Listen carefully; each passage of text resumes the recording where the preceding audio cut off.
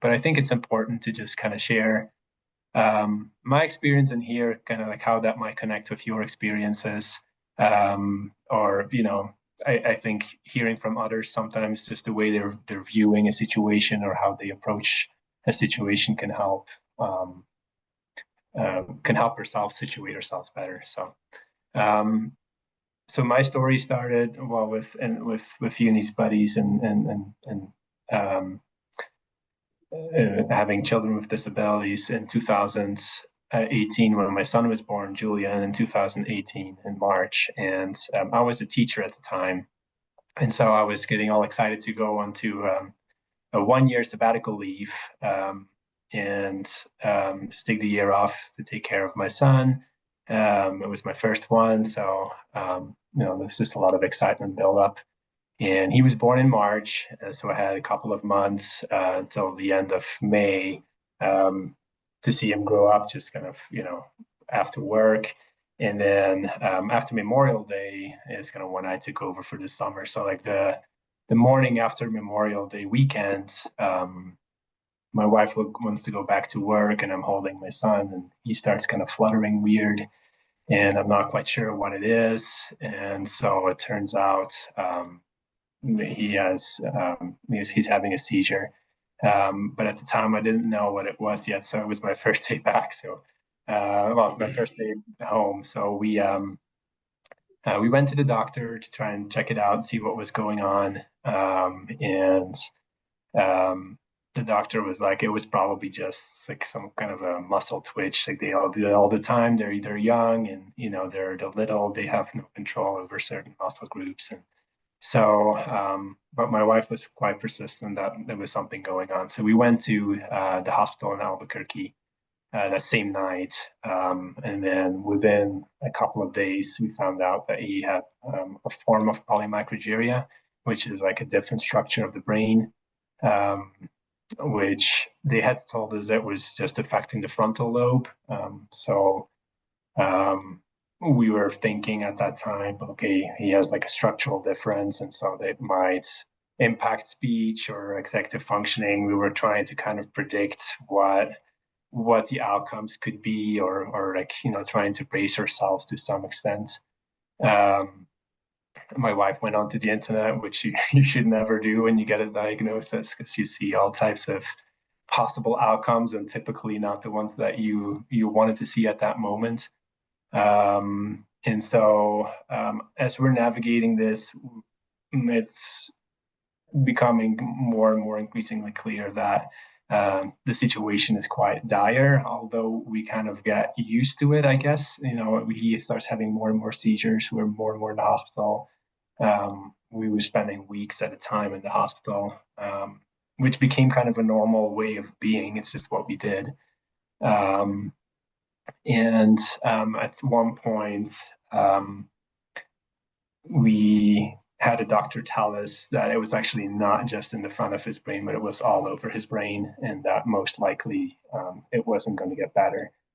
And that was really hard to hear, but at the same time, it was for us kind of a way to let go, like trying to fix it and trying to look for ways to like find the best possible pathway, or it's just like a lot of pressure and stress on you trying to like don't make mistakes and trying to do the best for your kid that you possibly can.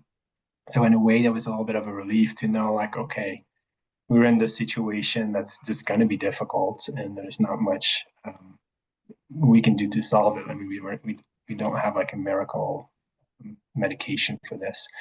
And so that kind of gave us permission, or I should talk about my perspective, because that's not quite the same for my wife, but give me permission to think about, okay, here is what I was hoping for my son. This is kind of what I thought my fatherhood was going to be, and this is where we are now, and like how can I square all of these experiences. And so one way that I found helpful to deal with that was going to separate myself from my son. Like every time he was going through hardship, like it didn't have to be my hardship. Like I could be on the sidelines cheering him on and making sure he had the best care, and kind of being his guide through life. And that really kind of helped me absorb most of the shock. Because in the beginning, every time he had a seizure, I would go down too. My wife would go down. We would be miserable for a couple of days. By the time we started feeling better, the next seizure would come on, and so it just was not um, quite a great way of going about it. And so separation of identities was really helpful for me. My wife had a very different experience with that. She couldn't separate herself, which I'm assuming that it's quite a different experience to be a mom. And so, but for me, it was helpful to kind of stay strong because as my wife was somewhat unstable in this situation, I was able to kind of like shoulder that as well. And the other thing that I was doing was reading about like different philosophies, like Eastern philosophies, like trying to understand, trying to put my son's experience kind of in different lights and different ways of approaching it or thinking about it. And that really helped me as well. I started meditating a lot just to try and calm my own spirit, especially when things were not going well. But then eventually, just as we were kind of actually finding a good rhythm in terms of dealing with it and helping each other out too as adults, we got the news that he was in a long status seizure, and I hadn't really crossed my mind that he could pass away. But the doctors kind of broached that topic at that time. And I was kind of shocked at I could just didn't quite, it just hadn't crossed my mind at all. Um, but then when they told me, it kind of like got snapped back into reality, and I realized that, yeah, we were in the hospital. We'd just been there for like 3 weeks, and we had only been a week home, and like he'd been seizing nonstop. And so like we eventually had to let him go, but it was somewhat of a relief because it was after a lot of struggle and a lot of pain for both him and my wife, and then for me as well. Although I like to think of myself as just the person that keeps the balls up in the air, but still, I think it has a big impact. This whole situation. So eventually, he passed away. It was a really difficult time, but after that. A little over a year after that, we welcomed our daughter into the world, and she's just a really sharp cookie. Like this, fits in the regular world structures really well. And so, like, we were really pleased and happy, and that we could kind of live without that worry. And then we had another child, Ezra. He's going to be 3 this summer, and 3 months into his live, my wife gave me a call at work saying that he was in a seizure and it wouldn't stop. And I was like, what's going on? So I drove from work to where my friend was. She was at a friend's house. And my wife was, she was at a friend's house. And the ambulance was already there. I had the ambulance right to the hospital. And I just kind of broke down at that point because it was like I just couldn't believe that it would happen twice. To me, it was two separate conditions. We would find out later, like they're not linked at all. It's just random stuff. So it turns out that he has Dravet syndrome, which is an epileptic syndrome, really severe seizures, developmental delays. So that we because of all our history in the hospital, they all knew us, and so the neurologist, and so they like made sure to do all the testing. So we found out really early with this diagnosis. And so we were able to get him on the right medication. We got hooked up with a specialist in San Francisco at UCSF. And at the beginning, it was a really hard blow to have that happen again. But actually, that first experience really prepared us for this experience because this experience is viable. Ezra is like really happy. He's joyful. He has a high quality of life. I mean, yes, he's on several seizure medications, and we've had some scary moments. I've had some helicopter rides, but he he's just really a happy kid, and he recognizes us. He says hi. He goes to school, like mingles somewhat with friends. The friends know him. They'll pull him into circle time and all that stuff. So like it just feels like it's for us, all we see is like the really bright side of this, maybe because we know like what what we had before and how this compares. Um, but we're just really trying to embrace just how he is and not per se like how he needs to fit into the structures. Although I'm assuming when he goes to school, kindergarten, and so on, these conversations will become a little bit more difficult, as he will have his delays, of course, and he might not fit in as well. Um, so I that's kind of the one part of the conversation, and one part that I kind of wanted to talk about today was the relationships. And so like one is like with my wife, like during Julian's time, my first son, um, she just could not get a handle on it.